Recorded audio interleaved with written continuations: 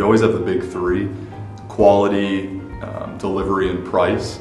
In that order too. I would say quality is always the most important factor, especially when you're building such an expensive piece of machinery. You really need to make sure that each component is sourced to the highest quality. There are a lot of customers who are depending on these trucks to run properly at all times. So that's big. The delivery portion of things, we have industry best lead times, and a large portion of that is due to the nimbleness of our suppliers. So the fact that they're able to get us parts in a quick time frame is huge there. And then price. We obviously have to be price competitive in the market, as any salesman would tell you. So large portion of that is the cost of our raw materials and purchase goods. There are a few things. So outside of price, delivery, and quality, we can always count on our good vendors, our what we would call preferred vendors in that group, to be extremely quick to react. So part of that industry best lead time is being quick in your thinking and innovative in your thinking. So we always like to call it getting creative. So if a part is out of stock, or if there is a certain component, is there someplace else that we can source that part? Is there someplace else that the vendor can make that part?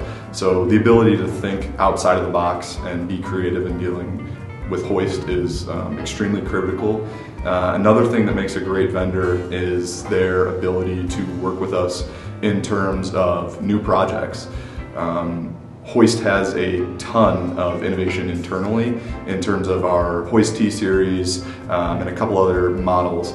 So being able to work with us on developing those new projects and kind of working with us hand in hand there is a key piece of being in that preferred vendor category.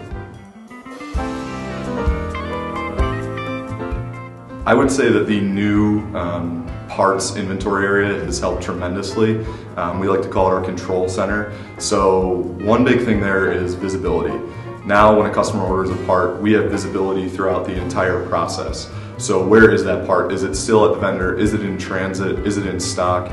We can see where the customer's part is at all times, and that helps significantly in reducing our lead time to customers and ensuring that they get their parts in a timely manner, but it also helps reduce errors. So sometimes customer will get the wrong part, but in this way that we've structured things, you have visual checks throughout the process, which really helps to reduce any errors.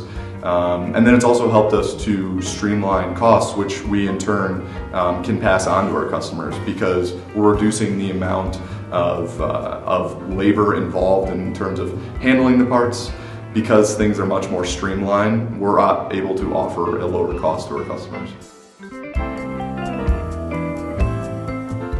When looking for a new vendor, we look for, of course, quality, price, and delivery. But outside of those three things, we always like to source close to home. Lets us control the process and helps us expedite things. If there is a hot part for a customer that they need for a sales order or for a truck to be built, if the vendor is closer by, we obviously are able to sometimes even run over to that vendor with one of our drivers and pick up parts. Another thing that we look for is for them to source their parts domestically as well, because again, it's just having that control over even the tier 3 suppliers in the supply chain that's really critical.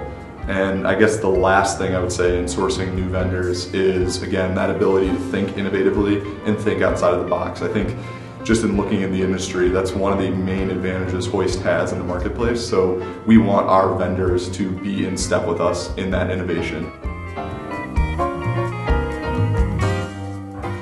In the last 6 months, there have been a few key changes to the way that we operate our supply chain and helping to streamline that whole process. So one would be the parts command center for our aftermarket. So now that that process is completely streamlined, we've taken out various labor aspects throughout the process. We're able to get parts out to customers much more quickly and effectively. The second thing is our vendor scorecards. So actually, to some of our top vendors, we will begin handing out those scorecards here in the next couple of months to do kind of a year-end review there. So that's something Hoist has not done in the past, but through our partnership with Toyota, we've understood the importance of that. So that's a second key piece. And I would say the third thing is the way that we're placing POs. So, and it actually helps benefit the customer at the end. So we've gone ahead and taken a look at our top 20% of our spend. And what we've done is we've gone ahead and put blanket POs out for all of that to ensure that the parts are always in stock. So again, if a customer calls and needs a truck short of lead time, we're able to react. If a customer calls and needs a part now, we're able to react and we're able to get that out for them. So those have been two key features there that have really helped us with our supply chain that ultimately benefit the customer.